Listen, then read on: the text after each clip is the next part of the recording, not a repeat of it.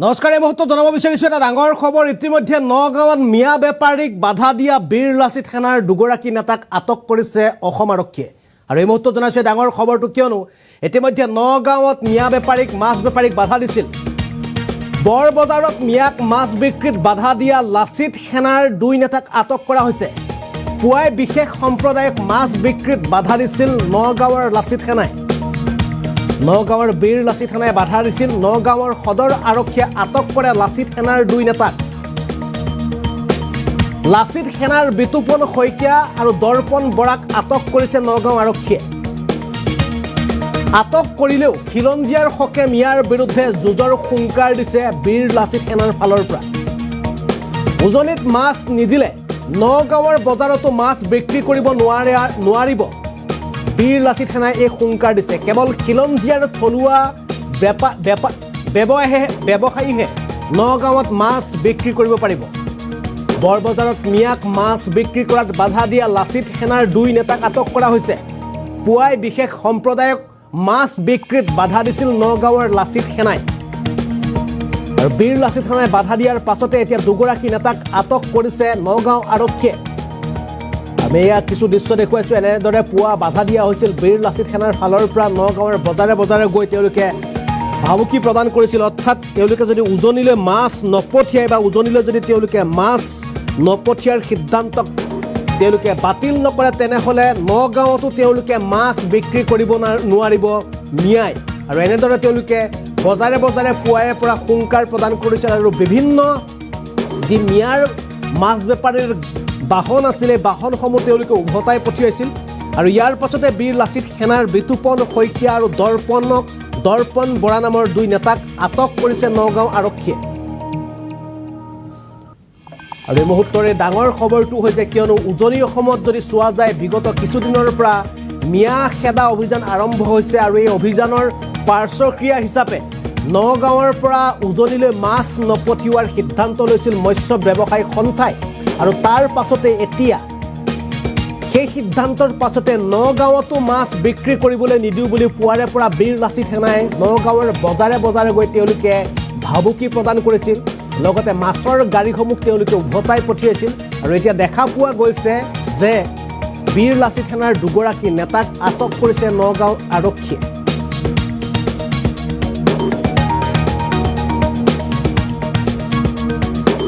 ইফালে নগাঁও বীৰ লাচিত সেনাৰ ফালৰ পৰা জনোৱা হৈছে যে নেতা দুগৰাকীক আটক কৰিলেও বা বিতুপন আৰু দৰ্পণক আটক কৰিলেও বীৰ লাচিত সেনাৰ নগাঁৱৰ যি স্থিতি অৰ্থাৎ থলুৱা বেপাৰীৰ বাহিৰে কোনো মিয়া বেপাৰীক নগাঁৱত মাছ বিক্ৰী কৰিবলৈ দিয়া নহ'ব বুলি তেওঁলোকে জনাইছে যে যদিও আটক কৰিছে কিন্তু তেওঁলোকৰ যি স্থিতি সেই স্থিতিত অটল থাকিব বুলি বীৰ লাচিত সেনাৰ ফালৰ পৰা এতিয়া হুংকাৰ প্ৰদান কৰিছে বিতুপন শইকীয়া আৰু দৰ্পণ বৰা নামৰ দুগৰাকী যুৱকক বীৰ লাচিত সেনাৰ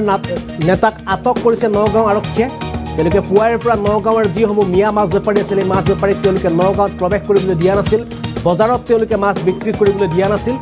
আৰু এতিয়া শান্তি শৃংখলা অটুট ৰাখিবৰ কাৰণে নগাঁও আৰক্ষীয়ে আটক কৰিছে দুই বীৰ লাচিত সেনাৰ নেতাক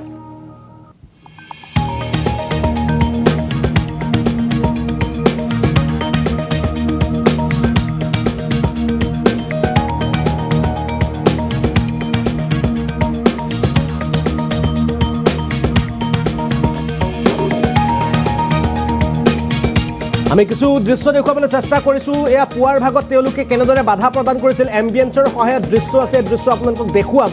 যে তেওঁলোকে কেনেদৰে বাধা প্ৰদান কৰিছিল বাহিৰৰ পৰা অহা যিসমূহ মাছ বেপাৰী আছিল বা নগাঁৱৰ যিসমূহ মিয়া মাছ বেপাৰী আছিল তেওঁলোকে কেনেদৰে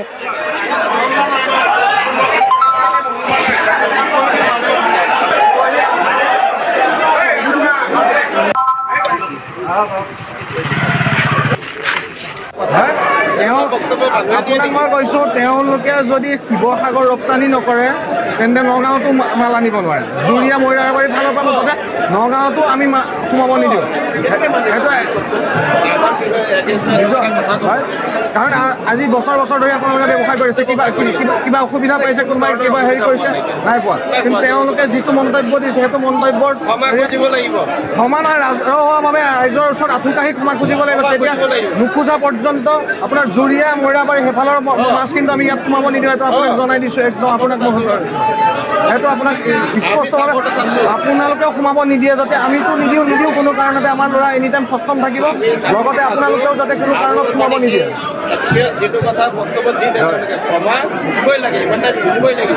নোখোজা পৰ্যন্ত সেইফালৰ কোনো মাছ ইয়াত সোমাব নিদিব আপোনালোকেও যাতে সেইটো অকল খেয়াল ৰাখে অকল এজনে ব্যৱসায় কৰি আছে নেকি যিকোনো এজনৰ মন্তব্য আজি কিমানজনৰ কষ্ট হৈছে প্ৰতিদিনা আমি তাহাঁতৰ গাড়ী ঘূৰাই পঠাম কিন্তু সেইফালৰ গাড়ী যদি আহে সেইটো আপোনালোকে হেৰি কৰোঁ মানে মিডিয়াৰ যোগেদি তেওঁলোকে কিবা এটা ভুল কৰিছে তেওঁলোকে ক্ষমা খোজক আৰু ৰাইজৰ কাৰণে সুবিধা কৰি দিয়ক কাৰণ এইটোৰ লগত বহুত দুখীয়া মানুহ জড়িত আছে চবৰে সংসাৰ আছে যেতিয়া ক্ষমা নোখোজা পৰ্যন্ত সেইফালৰ মাছ মুঠতে ইয়াত সোমাব নিদিওঁ সেইটো একদম স্পষ্ট কথা বিৰলাচি থানাৰ ফালৰ পৰা নগাঁৱত কোনো ধৰণৰ সেইফালৰ মাছ সোমাব নিদিওঁ আপোনাক মই কৈছোঁ তেওঁলোকে যদি শিৱসাগৰ ৰপ্তানি নকৰে তেন্তে নগাঁৱতো মাল আনিব নোৱাৰে জুৰীয়া মৈৰাবাৰী ফালৰ পৰা মুঠতে নগাঁৱতো আমি সোমাব নিদিওঁ কাৰণ আজি বছৰ বছৰ ধৰি আপোনালোকে ব্যৱসায় কৰিছে কিবা অসুবিধা পাইছে বীৰ লাচিত সেনাৰ ফালৰ পৰা বীৰ লাচিত সেনাৰ এনেদৰে নেতা সদস্য আজি তেওঁলোকে বজাই বজাই তেওঁলোকে গৈ হুংকাৰ প্ৰদান কৰিছিল যে শিৱসাগৰ উজনিলৈ আপোনালোকে মাছ নপঠিয়াই তেতিয়াহ'লে আপোনালোকক নগাঁৱতো মাছ বিক্ৰী কৰিবলৈ দিয়া নহ'ব লগতে বজাৰ কমিটিক তেওঁলোকে জনাইছিল স্পষ্টকৈ যে তেওঁলোকক যিসকল মিয়া বেপাৰী আছে মিয়া বেপাৰীসকল যাতে নগাঁৱৰ বিভিন্ন যিসমূহ মাছ বজাৰ আছে তাত তেওঁলোকে প্ৰৱেশ কৰিব নোৱাৰে তাৰ বাবে তেওঁলোকক আগতীয়াকৈ তেওঁলোকে জনাই আহিছিল আৰু বিভিন্ন বজাৰলৈ গৈ যিসমূহ মিয়া মাছ বেপাৰীৰ বাহন আছিলে বাহনসমূহ তেওঁলোকে মাছ বজাৰত মেলিবলৈ দিয়া নাছিল আৰু তেওঁলোকক পোনে পোনে উভতাই পঠিয়াইছিল আৰু এতিয়া তাৰ পাছতেই এই বীৰ লাচিত সেনাৰ দুগৰাকী নেতা বিতুপন শইকীয়া আৰু দৰ্পণ বৰা নামৰ দুগৰাকী নেতাক এতিয়া নগাঁও আৰক্ষীয়ে আটক কৰিছে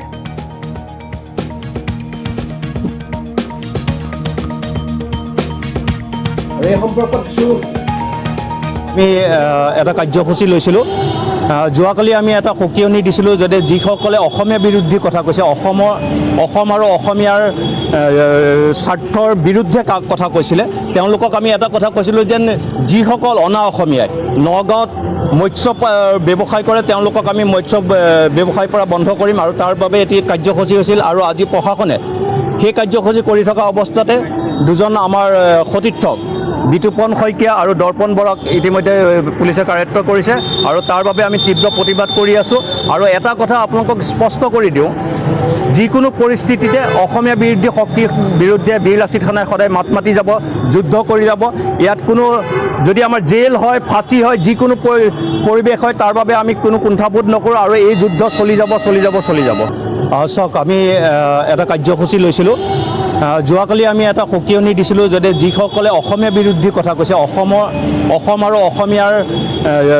স্বাৰ্থৰ বিৰুদ্ধে কথা কৈছিলে তেওঁলোকক আমি এটা কথা কৈছিলোঁ যেন যিসকল অনা অসমীয়াই নগাঁৱত মৎস্য ব্যৱসায় কৰে তেওঁলোকক আমি মৎস্য ব্যৱসায়ৰ পৰা বন্ধ কৰিম আৰু তাৰ বাবে এটি কাৰ্যসূচী হৈছিল আৰু আজি প্ৰশাসনে সেই কাৰ্যসূচী কৰি থকা অৱস্থাতে দুজন আমাৰ সতীৰ্থ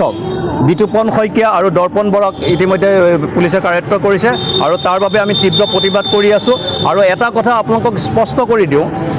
যিকোনো পৰিস্থিতিতে অসমীয়া বিৰোধী শক্তিৰ বিৰুদ্ধে বীৰ লাচিত সেনাই সদায় মাত মাতি যাব যুদ্ধ কৰি যাব ইয়াত কোনো যদি আমাৰ জেল হয় ফাঁচি হয় যিকোনো পৰিৱেশ হয় তাৰ বাবে আমি কোনো কুণ্ঠাবোধ নকৰোঁ আৰু এই যুদ্ধ চলি যাব